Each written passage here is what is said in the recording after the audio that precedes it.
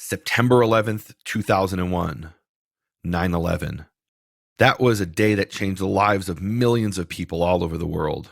For me, it was a time of great despair in which I came to know God's holy name. Years after 9/11, I heard about a church next to the Twin Towers, built in 1766, that survived without a single window being broken that day. I went to see it for myself and found God's holy name inscribed in Hebrew characters in two places at the front of the church. I learned that on 9/11, people ran into this strong tower and found an island of safety as a cloud of toxic dust swept over the area. One of those who sought refuge in the church that day was a New York City police officer named David Brink. In my book, Shattering the Conspiracy of Silence, I told the story of how Detective Brink used the church's holy water to wash toxic dust out of his eyes. Recently, I returned to Ground Zero in Manhattan to talk with Detective David Brink, who gave me a personal tour of the new 9/11 Memorial Museum and walked me through the tragic events of that day. I was humbled by Detective Brink's heroism. After the South Tower collapse, he stayed at Ground Zero to save as many lives as possible, guiding hundreds to safety down the survivor stairs, even as the North Tower was collapsing on top of them. This episode of Hebrew Voices is dedicated to the heroes of 9/11, both those who sacrificed their lives and the survivors. Shalom, this is Nehemia Gordon with Hebrew Voices. I am coming to you from the 9/11 Memorial, and I'm here with Detective David Brink, who is a first responder on 9/11. That sound you're hearing is the rushing of the water of two giant pools that mark the spot where the two towers stood, the towers that came down on 9/11. This is where the South Tower stood. This is the actual footprints. This actually goes down 3 stories, and the water is constantly going 24 hours a day. As a reminder, all the people's names are inscribed around here of every single person that was lost that day. And on their birthdays, the museum will come out and place a rose on their names. And on 9/11, there'll be many, many American flags that are put out here.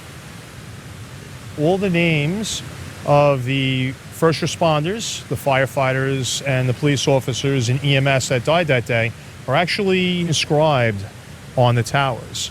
We have the names of the civilians, they're on one side, and the firefighters and the police and EMS are on the other. They were all put together, all the firefighters, all the police and EMS, they're all on one side, they're on an angle. They're on the west and the south side of the South Tower. People that died at the Pentagon, they're listed here. The different flights, they're listed here, as well as all the civilians that passed away in the buildings. We walked over to the south side of the South Tower, and this is where all the first responders and their names are, and I'm going to show him the guys that I had lost that day from the Emergency Service Unit. We have the Port Authority, police officers, United States Secret Service. We've got the FBI, EMS, Emergency Service, and NYPD, and of course, FDNY.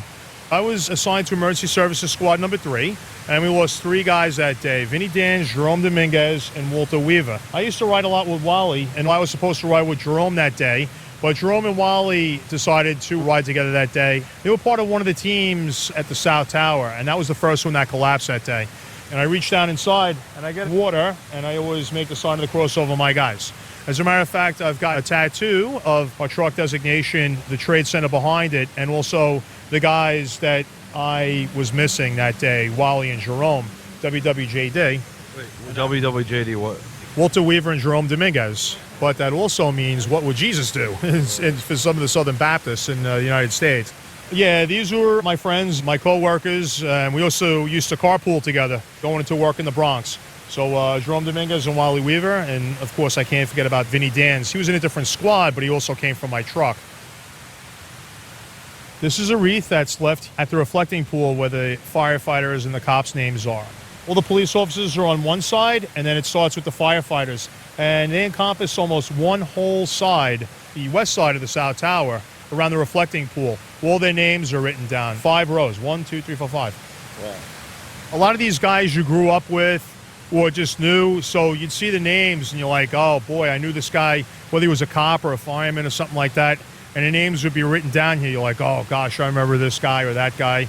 You know, it's a horrible, horrible thing. So we're walking along this wall, and 5 rows of name after name, ladder 35, ladder 2, division 3, engine 40, and it just keeps going on and on.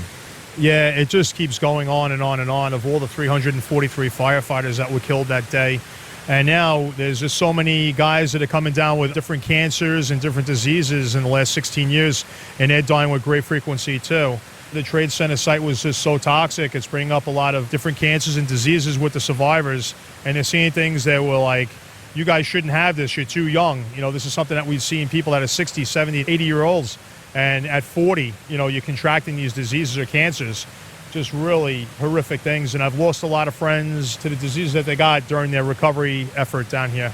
Do we know what some of the toxins were? Was it from the lighting fixtures? Or? Yeah, absolutely. There was so many thousands and thousands of fluorescent bulbs that were used down here. So they had a lot of heavy metals, mercuries, and things that were going through the air. Guys were breathing it in, taking it in through smoke or absorption through their skin.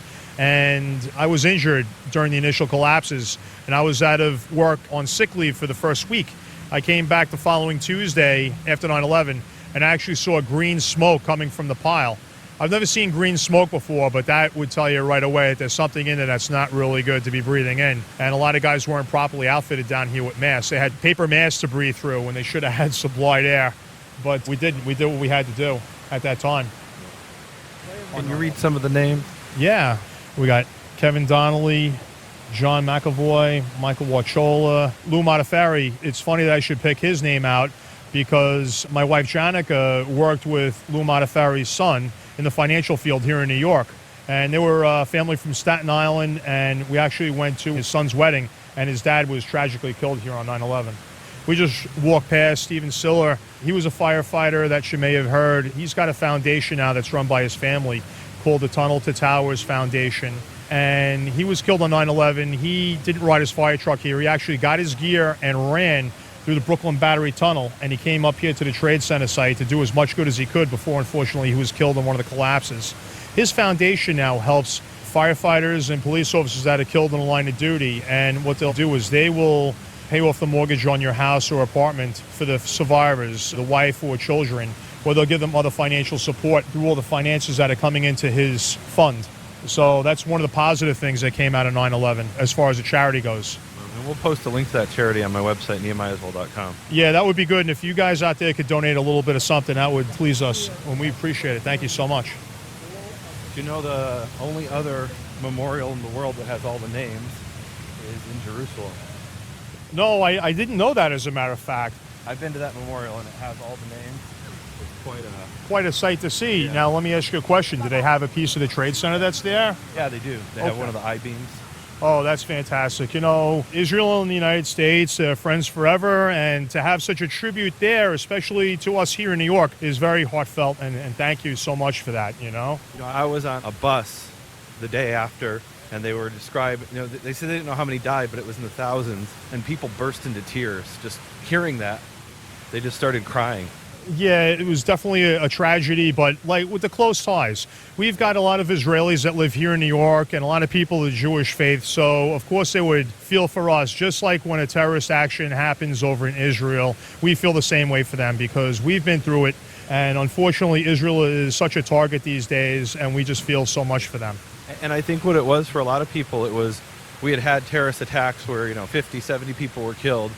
And they're announcing on the news that it was thousands. People were just stunned. Yeah, they just couldn't grasp it, the amount of people that died down here, as much as we couldn't either, because the suicide bombings, like you said, 50, 60, 70 people. And unfortunately, we've become so immune to it, we're so numb to it. One person dying is a tragedy, and it should never happen ever again.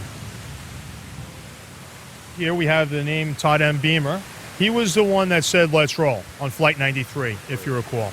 He's the one that led the charge and the attack because they were going to fly Flight 93 into a building in Washington. He didn't want to see that happen, so these are the guys, they took it down from Al-Qaeda.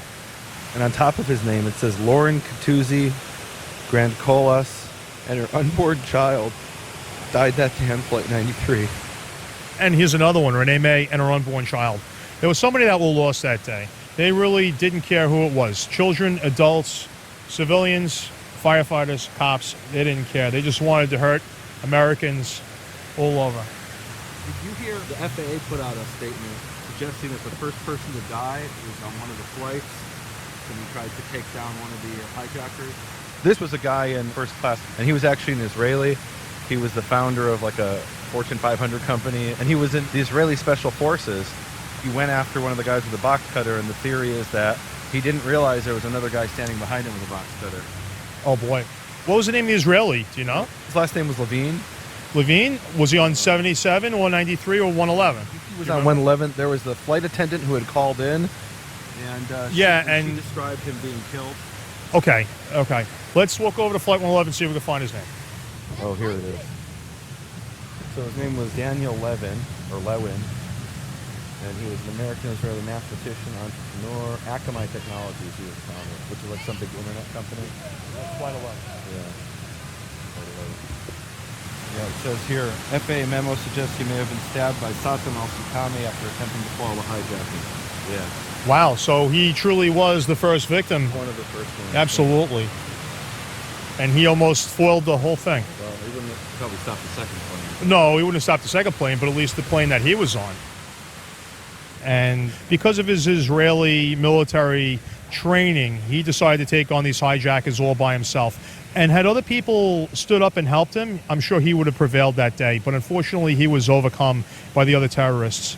And his name will always be inscribed at the Trade Center. So if you want to see it, it's on N75.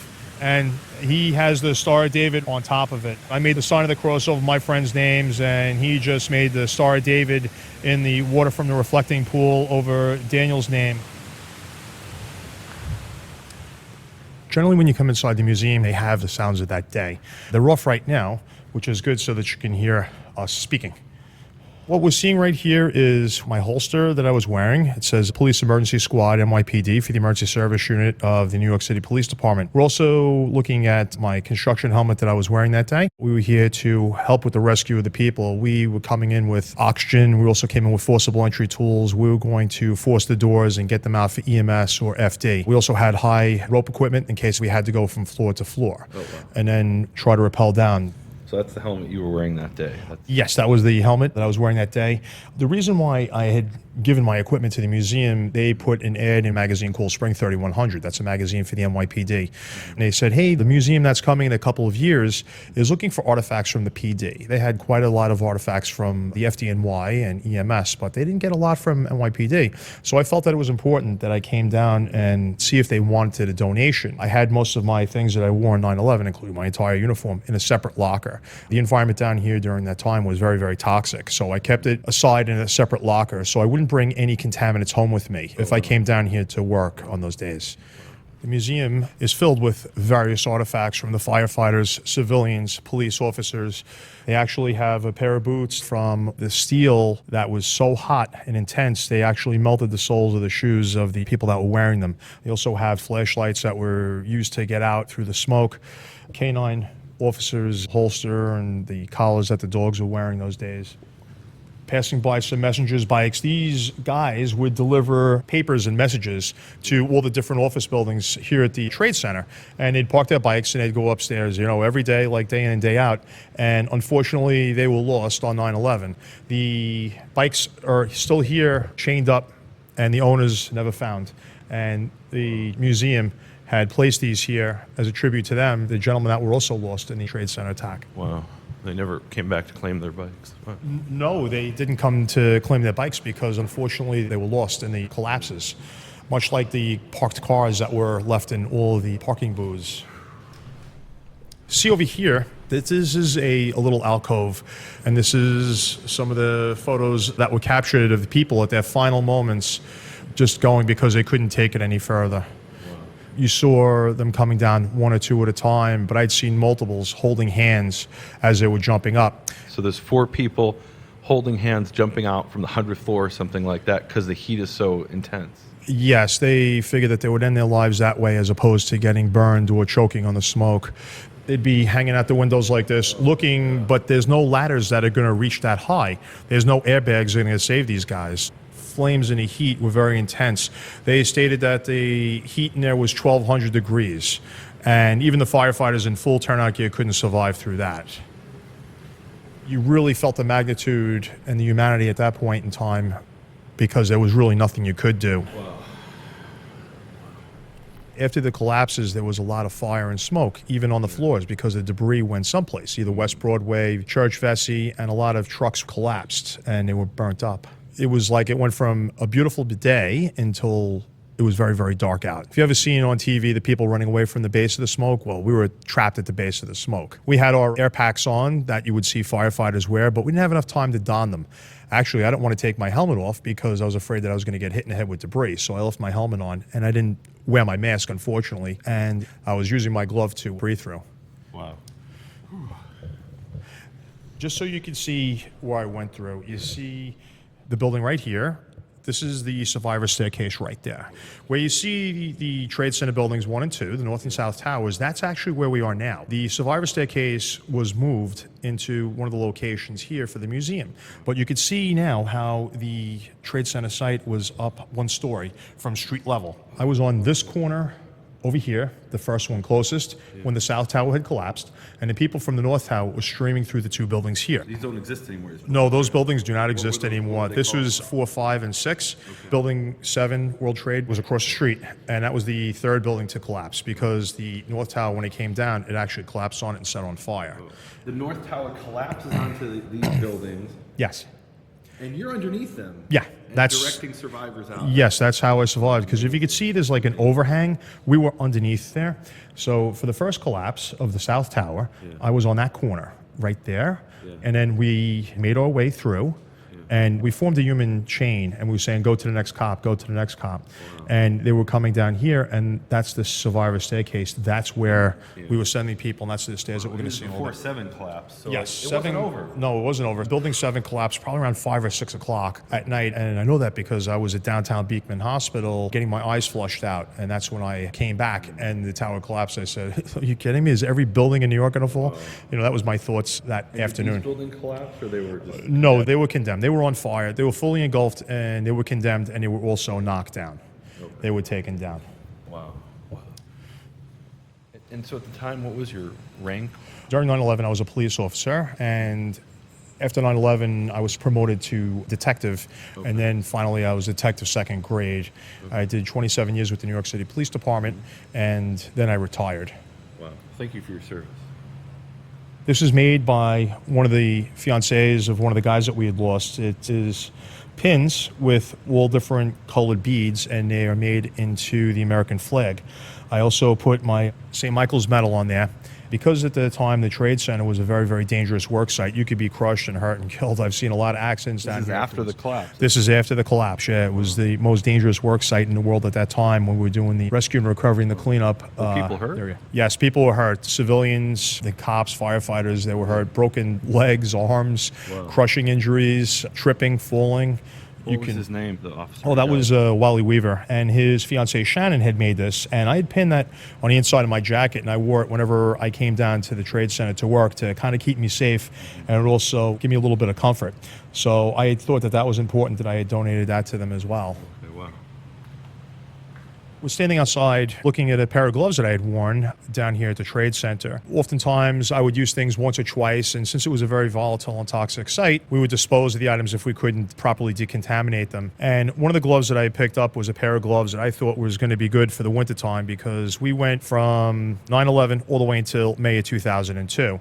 So sometime during the colder months, I had picked up a pair of gloves from one of the tents here that would give out things that you need during the day. They'd have boots, or they'd have gloves, disposable items, flashlights to help you during the day of work.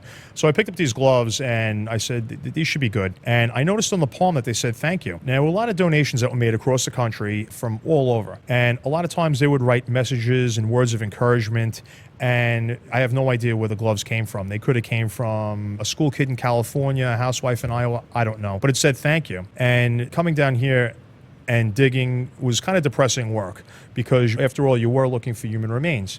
And we were still looking for a lot of our friends that were down here. And I had the gloves, and every time I became a little down, I would look at them and said, thank you. And that kind of helped me go on and carry on.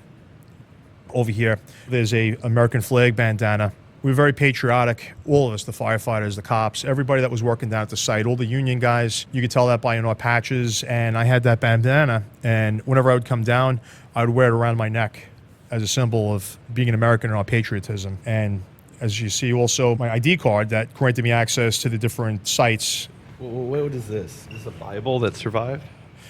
Yeah, a New Testament fragment found in the debris of the South Tower. I guess that was right inside. There were a lot of things that didn't survive, but whenever you saw something like a piece of glass or some paperwork like this, especially a Bible, that's something that was very special. So they cut the fragment out and they had it in here. So we stopped here in front of the symbol steel. A lot of the people weren't able to be recovered from the trade center.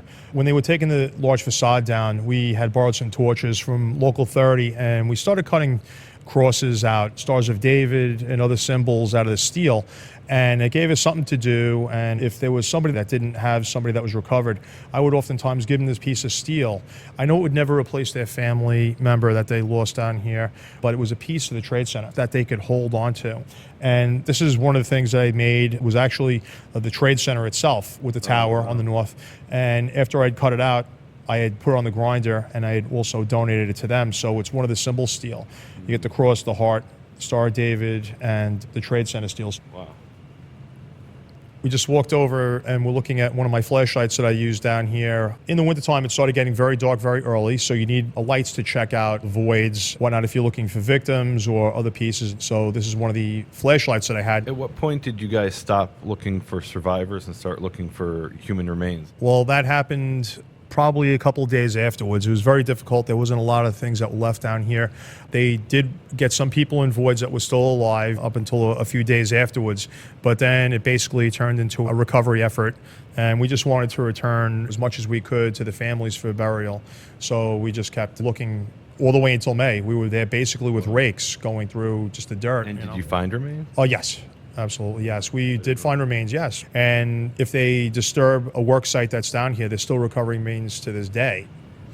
This is one of the pole cameras that we use down here. It's a camera on one side, and it has a camera lens on the other. And this would extend out, and this would allow us to look into voids or very, very small holes where we couldn't go to see if there were any bodies in there or anybody that was still trapped. We used this during the initial phases of the recovery effort, and we used it for a couple months afterwards until there was really no voids left. We're going by ladder 3. Obviously, it's a fire truck, and the entire front is collapsed. This would be like a 100-foot Seagrave ladder that would be going up, and as you can see, there's no cab. These are the firefighters putting the actual fire out. The fire truck was on fire, but there's no cab or the remains of it, and this is the ladder. So it was actually in the collapse zone, and it was collapsed. It's shredded. What is this?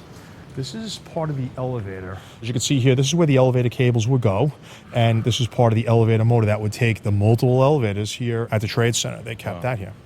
Over here, this is actually part of the antenna from the North Tower. If you know the iconic antenna, this is actually a portion of it. Wow. A very, very small one.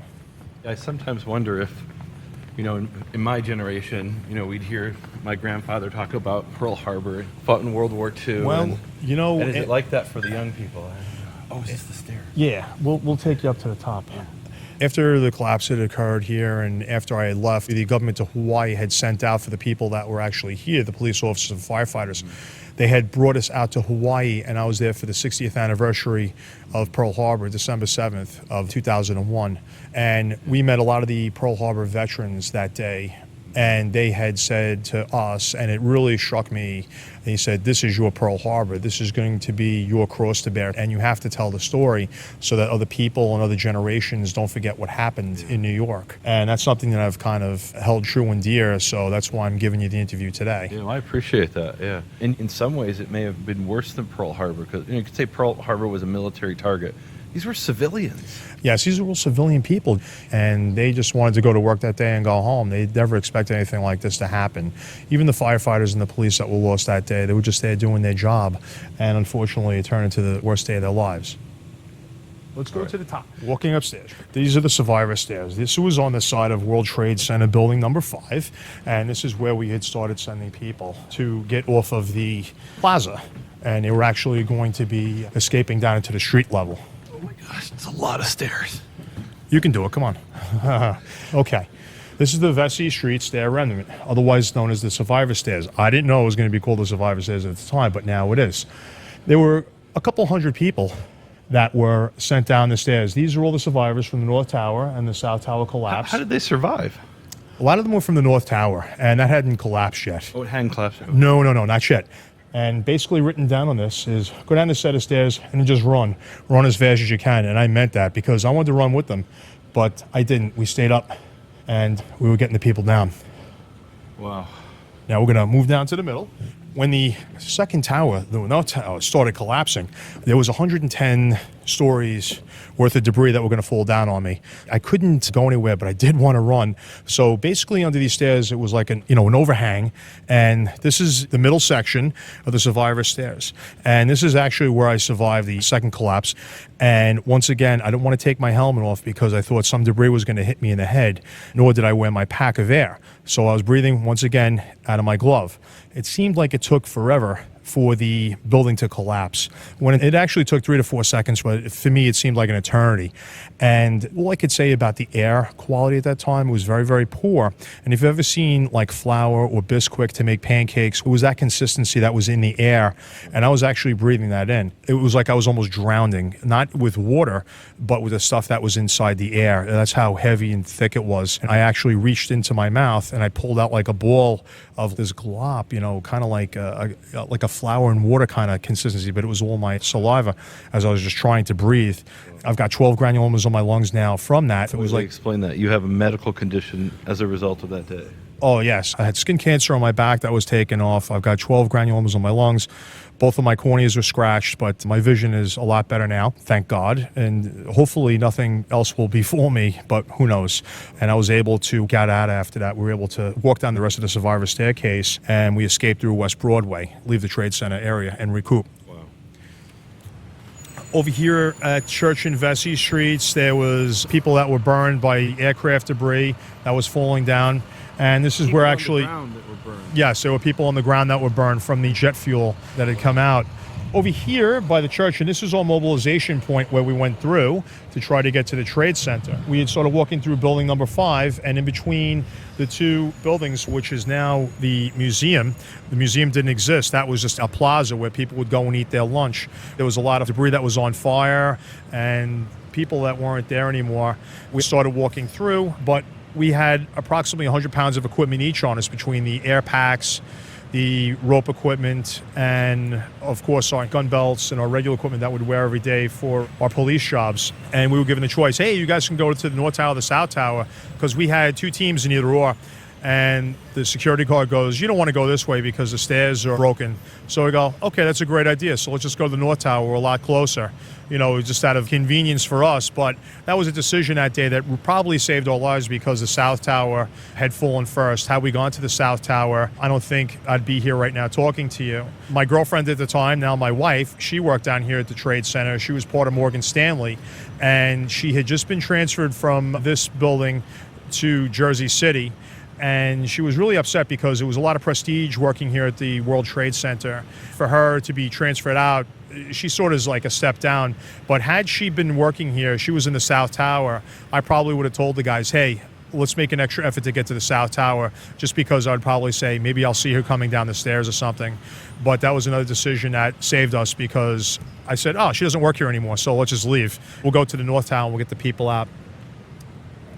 We're standing probably about 20 feet away from where the first collapse happened. This is how close I was to the North Tower, and of course the South Tower on the other side, the South Tower being the one that fell first, and then the North Tower.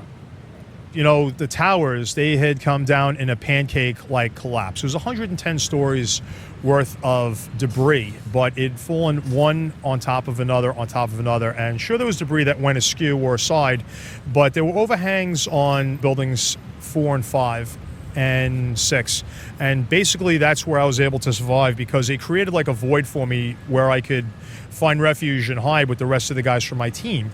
There was a lot of debris around us, but we weren't actually hit by it, thank God.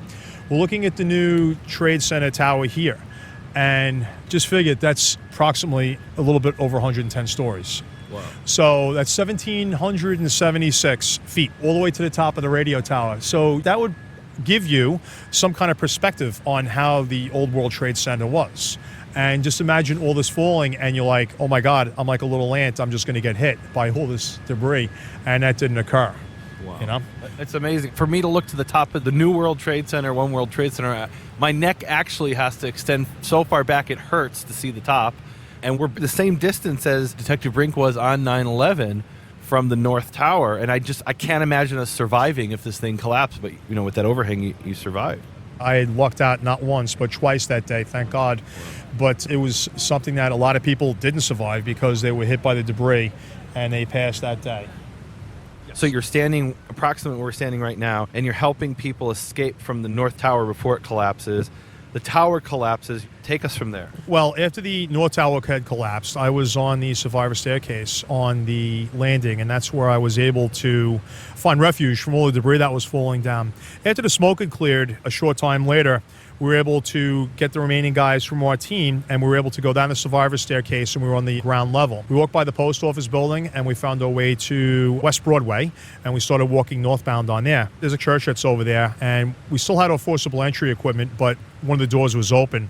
It was the only place that had really clean air to breathe. And what I mean is it wasn't contaminated or clouded up. We went inside the church, and I hit the altar right away, and I knelt down in prayer. I was thanking God that I was still alive, and I was praying for my friends. I knew that they were gone, but either way, I was saying, I hope they made it out okay.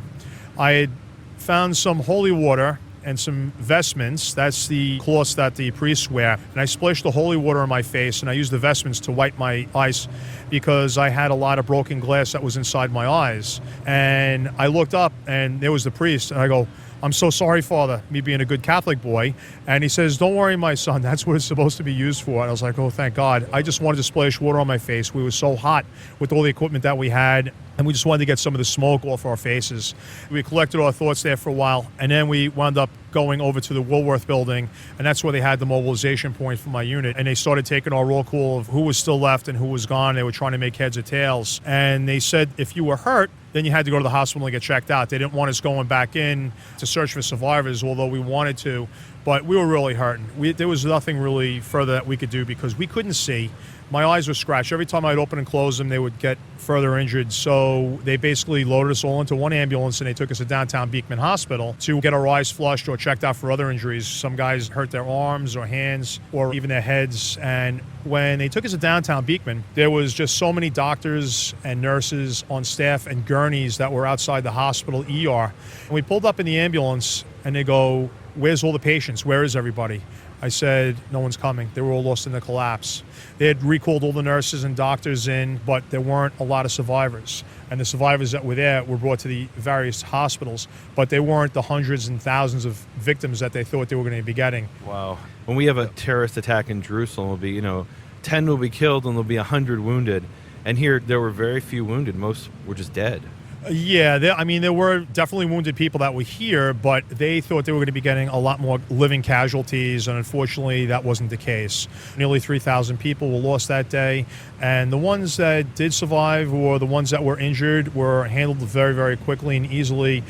I was very fortunate. One of the best eye doctors in New York City was there, and they were able to flush out all of our eyes, and to this day, my eyes are almost 100% now because of them.